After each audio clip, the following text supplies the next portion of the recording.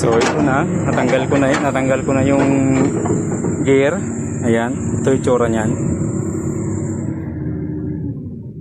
Ito yung sa final drive. Ayan, ito yung gear. Nanggagaling dun sa transmission. Ayan siya. Tapos transfer dito. Pinapunta dito sa yung malaki, yung tinanggal ko. Yan ang trabaho nito. Dito dito nagmumula. Transfer dito. Galing sa maliit, pinalaki. Nag-reduce sila ng ilang yan. Ito ilang ipin. Tapos dito sa malaki na, pinakamalaki, yan, ilang ipin lang. Tapos yung magpapaikot na talaga nung sprocket, yun na yung ito na siya. So kaya naka low speed talaga siya. Naka-design talaga siya ng low speed. Kasi sobrang laki nito, sobrang liit naman nung galing sa final drive. Ito ang gagaling sa transmission is ilang ipin lang. So ilang ipin lang to.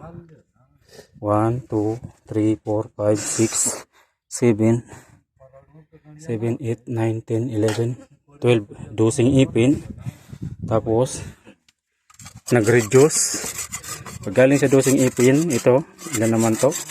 Ang reduce 1, 2, 3, 4, 5, 6, 7, 8, 9, 10, 11, 12, 13, 14, 15, 16, 17, 18, 19, 20, 21, 22, 23, 24, 25, 26, 27, 28, 29, 30, 31, 32, 33, 34, 35, 36, 37, 38, 39, 40, 41, 42, 43, 44, 45. So 45. I-reduce ng 45. Pag galing sa 45, napunta siya sa ilan na lang. 1, 2, 3, 4, 5, 6, 7, 8, 9, 10, 11, 12. 12 ulit. So, tingnan nyo ang pagkaka-reduce niya. 12. 12 ipin. Tapos, yung dito,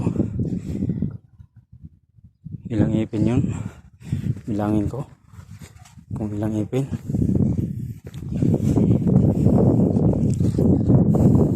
Ito, 1, 2, 3, 4, 5, 6, 7, 8, 9, 10, 11, 12, 13, 14, 15, 16, 17, 18, 19, 20, 21, 22, 23, 24, 25, 26, 27, 28, 29, 30, 31, 32, 33, 34, 35, 36, 37, 38, 39, 40, 41, 42, 43,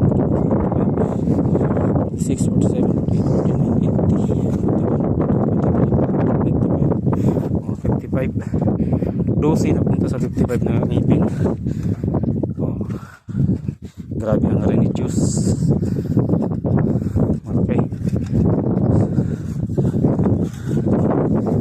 So kaya siya naging low speed itong bulldozer.